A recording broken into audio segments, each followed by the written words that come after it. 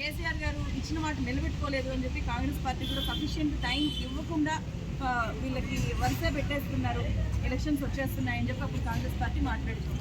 So sufficient time ఇవ్వడం అనేది చాలా ఇంపార్టెంట్.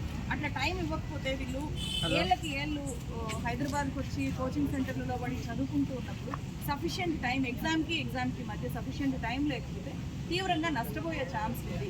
ఈ సఫిషియెంట్ టైం ఇవ్వడంతో పాటు గ్రూప్ 2 పోస్టుని పెంచాలి, ఈ డిమాండ్లు చేస్తున్నారు. ఇవన్నీ కూడా వీళ్ళు కొత్తగా ఇప్పుడు గొంతెమ్మ కోరికలు ఏమీ కాదు. ఇవన్నీ ముందు నుంచి ఉన్న డిమాండ్లు. ఎలక్షన్స్ అప్పుడు వీళ్ళకి ఇచ్చిన డిమాండ్లు, అపోజిషన్లో ఉన్నప్పుడు కాంగ్రెస్ పార్టీ లీడర్లు స్వయంగా సీఎం రేవంత్ రెడ్డి ఇచ్చిన హామీలు ఏవైతే ఉన్నారో వాటిని నెరవేర్చండి, ఇది అర్థం చేసుకోండి. అట్లీస్ట్ మమ్మల్ని కలవచ్చు కదా.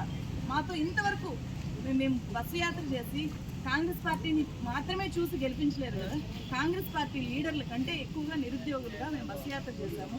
మా వాళ్ళకి చెప్పాము బీఆర్ఎస్ గవర్నమెంట్లో ఎట్లా లీకేజీలు జరిగాయి, ఎట్లా 10 ఏళ్ళుగా నిరుద్యోగుల ఉద్యోగాలను భర్తీ చేయకుండా ఎలా నిర్లక్ష్యం చేశారు అని చెప్తే కదా ఓట్లు పడ్డాయి. మరి ఇప్పటికైనా పట్టించుకోకపోతే ఎట్లా, ఏం ప్రాబ్లం అవుతుంది మమ్మల్ని కలవడానికి అనేది వీళ్ళు ప్రధానంగా అడుగుతున్నది.